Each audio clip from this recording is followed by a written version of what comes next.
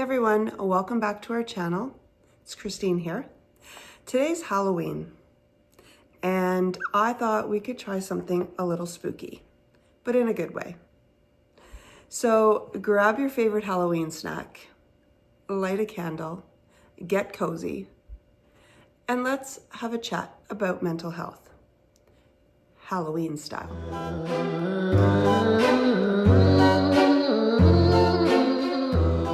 So Halloween for some, and if you follow my podcast, you know that I'm stepping outside my comfort zone right now because Halloween is not my favorite time of year for reasons I've discussed before. Just experiences I had when I was younger that kind of turned me off Halloween. However, I appreciate that some people get into the spirit and love it, and I respect that.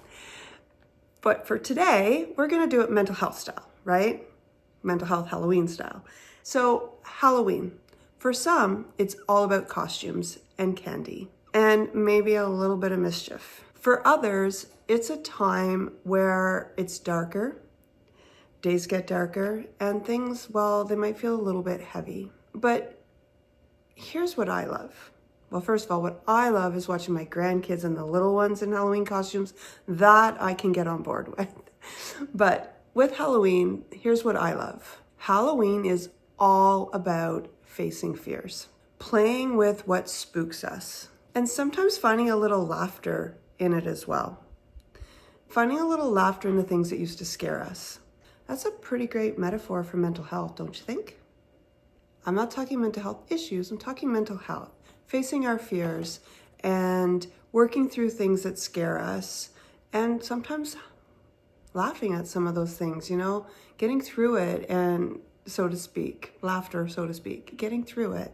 So the first segment that I have is titled, What Are Your Inner Ghosts? See, told ya, Halloween style. So let's talk about ghosts. And I'm not talking about, the white sheet kind of ghosts or the spirit type ghosts. I'm talking about the inner ghosts, the worries, the memories, the traumas, the anxious thoughts that sometimes haunt us. We all have them. If you are an adult, I can guarantee you have some ghosts. Maybe your ghost is stress about school or work or family. Maybe it's social anxiety and perfectionism and fear of judgment or being around a lot of people. That nagging fear that you're not enough. Maybe it's a memory that creeps up, and maybe you're just trying to go to sleep and it comes up, or you're trying to relax and this memory creeps in. Here's the thing. Just because we can't see ghosts doesn't mean they're not real. Just because we can't see these ghosts, these that I've just spoken about, the worry, the memories, those kinds of things, doesn't mean they're not real. But hiding them and running from the fear of them doesn't make them go away. Sometimes shining a light on what haunts us can actually help us make peace with them, right? It's a first step towards making peace with them. Removing the sheet, so to speak. Let's talk about some masks, because masks aren't just for Halloween. Segment 2. So let's get honest. Some people love a good Halloween party. I'm not one of them because of the masks and people hiding behind those masks. Another metaphor, right? Because some of those masks, for me, represent some traumatic experiences that I had. Not major traumas, but things for a kid with social anxiety really turned her off Halloween. So if we're real though, some of these masks that we wear, these invisible masks, they last all year round. We pretend we're fine when we're not.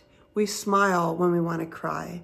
They have commercials out there where people are about to meet their friends, or they go to answer the phone and they put a smiley face up in front of their face, right? Mental health commercials. We hide our struggles behind a smile or a busy schedule, right? Our mask. That is our mask.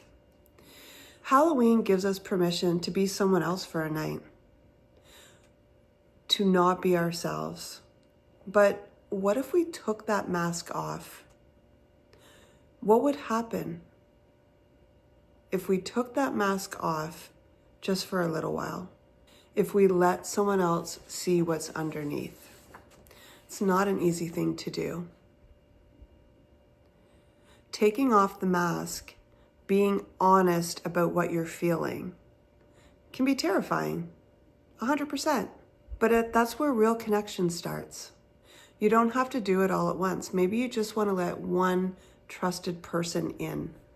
Maybe you just want to let that one person that you trust see what's underneath the mask, to see the real you, maybe just this week, right? I'm all about the steps. Let's take these steps. So we've talked about our inner ghosts and understanding those inner ghosts, those stressors. We've talked about the mask that we wear, this mask that we hide behind, whether it's a smile or a schedule or excuses or escapism. So it's about facing those ghosts and understanding that just because we ignore them or we don't see them doesn't mean they're not real. It means removing that mask and trying to let one trusted person at first see who we really are. And then we want to talk about tricks for facing your fears. Segment 3. So now for some tricks, the good kind. Because those tricks as a kid that people made me do in front of them on Halloween, trick or treat. Example, I was a cheerleader one time when I was like 9 years old, dressed as a cheerleader, and neighbors, a family, made me stand in the living room in front of everybody. They had friends over and create a cheer in order to get a treat. For a kid with social anxiety, that was horrible. And my last year trick-or-treating at 9 years old. So these tricks that I'm about to talk to are good tricks, the good ones. So here are 3 quick strategies to help face your fears and calm those inner ghosts. Maybe I'll try them this year. Ghost busting journaling. I already do that. Write down what's been haunting you. Sometimes naming the fear, expressing it in words, writing it down, is enough to shrink it, okay? It shrinks it down to size. It's not so big. So I'm not necessarily talking about traumas, but I'm talking about these inner ghosts, these worries, these fears, these stressors. The second thing you're gonna do, Halloween style, is candy corn breaths. Slow, deep breathing. Obviously it's not actually called candy corn breaths, but I'm going Halloween style, right? So slow, deep breathing. Imagine breathing in for 3, in through your nose, holding it, and then slowly out through your mouth for 4. Okay? Do that a few times. It might seem silly, but it works. It absolutely works. If you can control your breathing, you can control the whole stress response.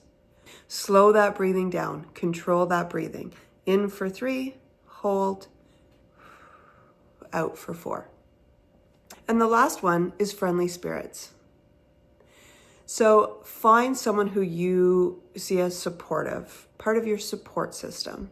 You don't have to face the haunted house alone, right? Have that team, that support system that you have. It could be a family member, it could be a friend, it could be your therapist. Reach out to your therapist. But find those friendly spirits in your life that you can lean on and that you can talk to. They can help you remove the mask, or at least stand beside you and hold you till you need to put it back on. We will work towards you not having to wear the mask, but I'm talking baby steps. And the last segment is treat yourself. You deserve it. Give yourself credit for every little step that you move forward. We don't get over things. We work through them. We move through them. Give yourself credit for every little act of courage, whether that's setting a boundary, expressing how you're feeling, asking for help, or just getting out of bed on a tough day. Give yourself credit for that. Strength is what you determine it to be that day. Celebrate you, whether it's the survivor, the seeker, the person willing to face what's difficult. Celebrate you. And hey, literally treat yourself. Get your nails done. Do your hair. Go for a walk. And if you want to eat, it's Halloween. If you want to eat that mini chocolate bar, do it. Treat yourself. Your kids might get mad if you raid their candy bag, but do it. Watch a favorite movie. Or, as we all know, if you follow me, or you subscribe to this channel, or you listen to my podcast, dance around your kitchen. I love to dance around my kitchen. That is how I treat myself. Music on and let go. Play is actually really good for your mind. So today being Halloween, as the ghosts and goblins come out for Halloween, remember, your inner ghosts don't have to stay in the dark. When you face them, talk about them, name them, explain them to yourself, or even laugh at them sometimes. A little. They lose their power. They don't have the power over you. If you'd like, share a comment about your inner ghosts. What's an inner ghost you're working on to make peace with? Or share your tricks and treats about mental health and how you treat your mental health. And if this chat helped you a little bit, give us a like and subscribe to our channel. That'll help us help others more. And share this with a friend if you think they need some extra support. Be safe tonight and have fun for those of you who enjoy Halloween. Enjoy the little ones if they're in your life. And as always, take care of you.